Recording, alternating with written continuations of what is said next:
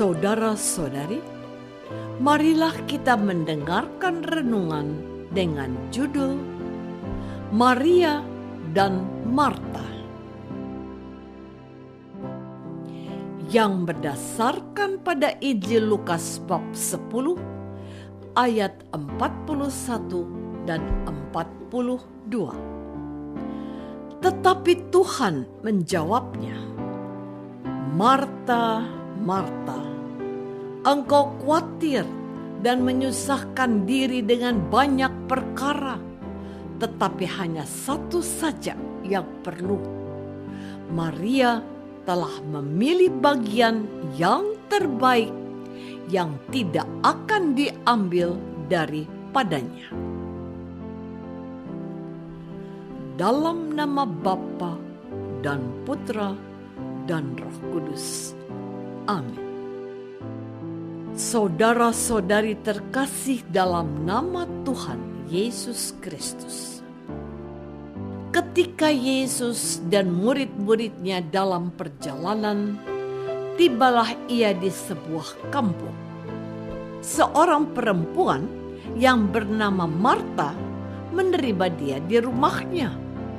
Perempuan itu mempunyai seorang saudara yang bernama Maria. Maria ini duduk dekat kami, Tuhan, dan terus mendengarkan perkataannya. Sedang Marta sibuk sekali melayani.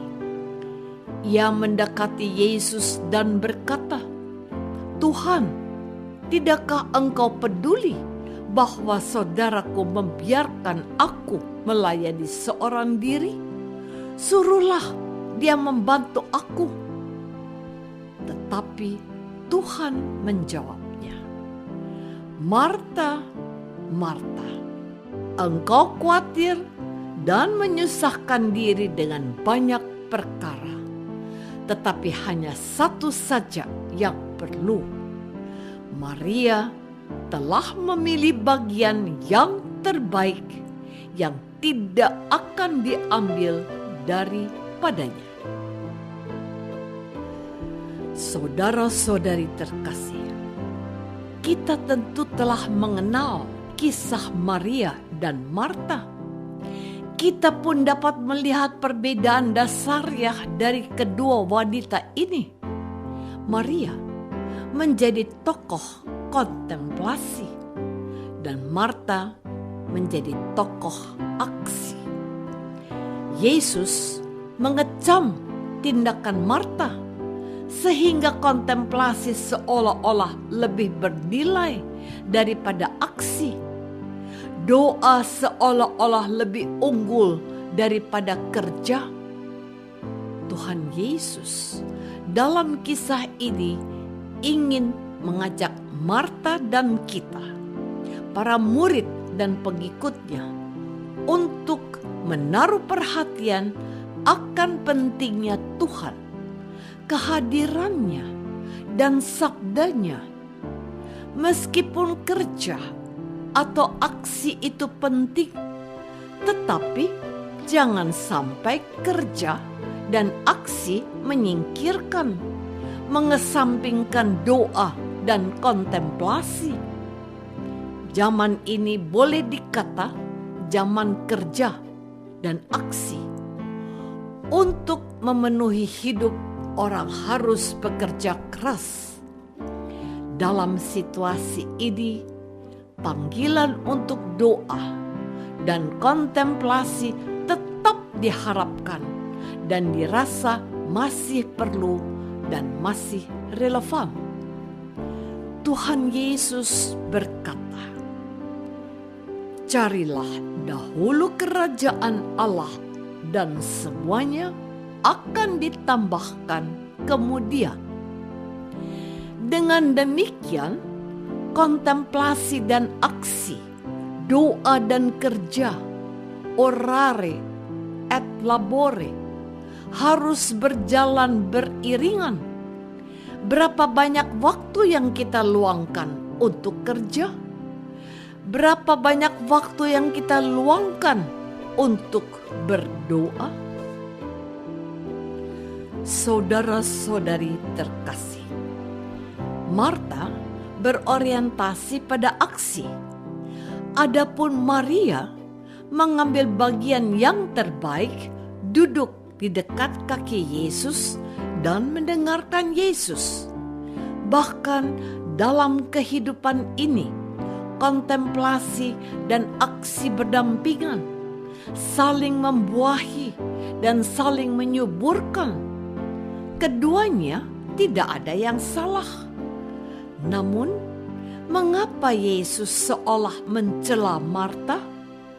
Marta berusaha menjadi tuan rumah yang ramah dengan menyajikan hidangan, suguhan yang baik.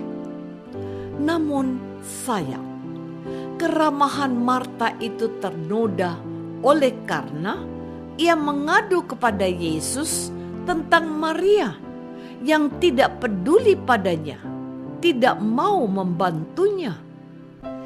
Marta suka membanding-bandingkan dan iri hati. Marta telah kehilangan ketulusan dalam melayani, sedangkan Maria mengarahkan hati dan pikirannya pada Yesus dengan mendengarkannya. Maria menghadirkan Yesus dalam hidupnya. Maria dipuji Yesus karena hati dan pikirannya terarah kepada Yesus. Saudara-saudari terkasih, pada setiap manusia, pada setiap orang perlu dikembangkan kontemplasi dan aksi. Tidak bedanya dalam keluarga, pemikiran Bapa harus dilengkapi oleh perhatian ibu. Kepemimpinan pria keluar rumah harus didampingi oleh kesibukan wanita di dalam rumah untuk memberi suasana tenang, seimbang, dan pembinaan cinta dan rasa lengkap bagi anak-anak dalam keluarga. Begitu juga dalam gereja. Dalam setiap agama ada unsur kontemplatif dan aktif. Yesus sendiri dalam keseimbangan sempurna memperpadukan doa dan karya, pergaulan dengan manusia, dan wawancara dengan Bapaknya. Namun, di dalam zaman yang super aksi ini, di mana setiap orang hanya dihargai menurut prestasi, keluhan "suruhlah dia membantu aku" harus diimbangi dengan petunjuk Yesus bahwa ada hal-hal yang lebih perlu, tetapi tidak kurang perlunya diusahakan waktu dan kemampuan mendengarkan sabda Allah yang keluar dari mulut Allah. Itulah kehendaknya yang harus kita tanggapi dengan kesungguhan, keteguhan, ketekunan, dan kesetiaan. Apakah diri kita lebih mirip Maria yang kontemplatif di dekat Tuhan Yesus, ataukah lebih mirip dengan Marta yang aksi? Marilah kita berdoa.